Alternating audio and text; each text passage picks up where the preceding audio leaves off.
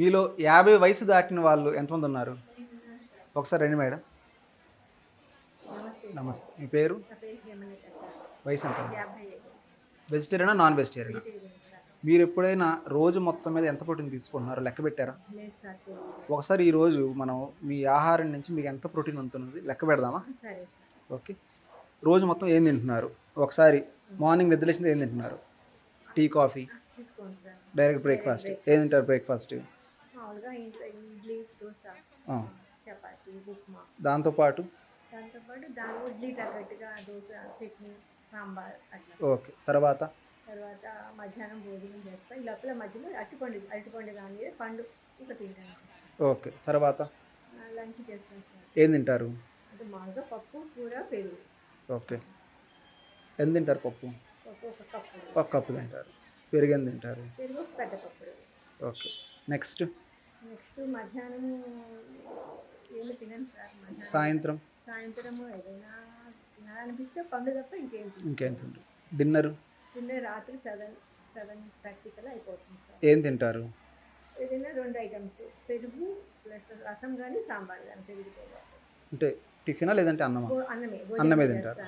Okay. తర్వాత night అన్న పండు ఇష్టమైతే తింటాను, లేకపోతే లేదు. ఓకే. ఇదే కదా రోజు మొత్తం మీరు తీసుకున్న ఆహారం. ఇప్పుడు మీకు 55 వయసు అంతే కదండి.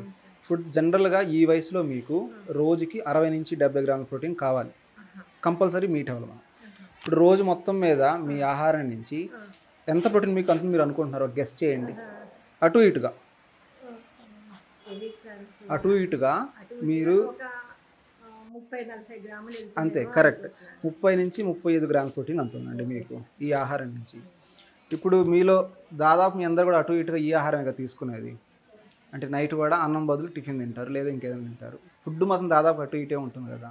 సేమ్ మేడంకి ఎలా అయితే ప్రోటీన్ హాఫ్ మాత్రమే మీట్ అవుతుందో, అంటే 60 నుంచి 70 గ్రాములు అందాల్సిన ప్రోటీను మీకు 30 నుంచి 35 గ్రాములు మాత్రమే అందుతుంది.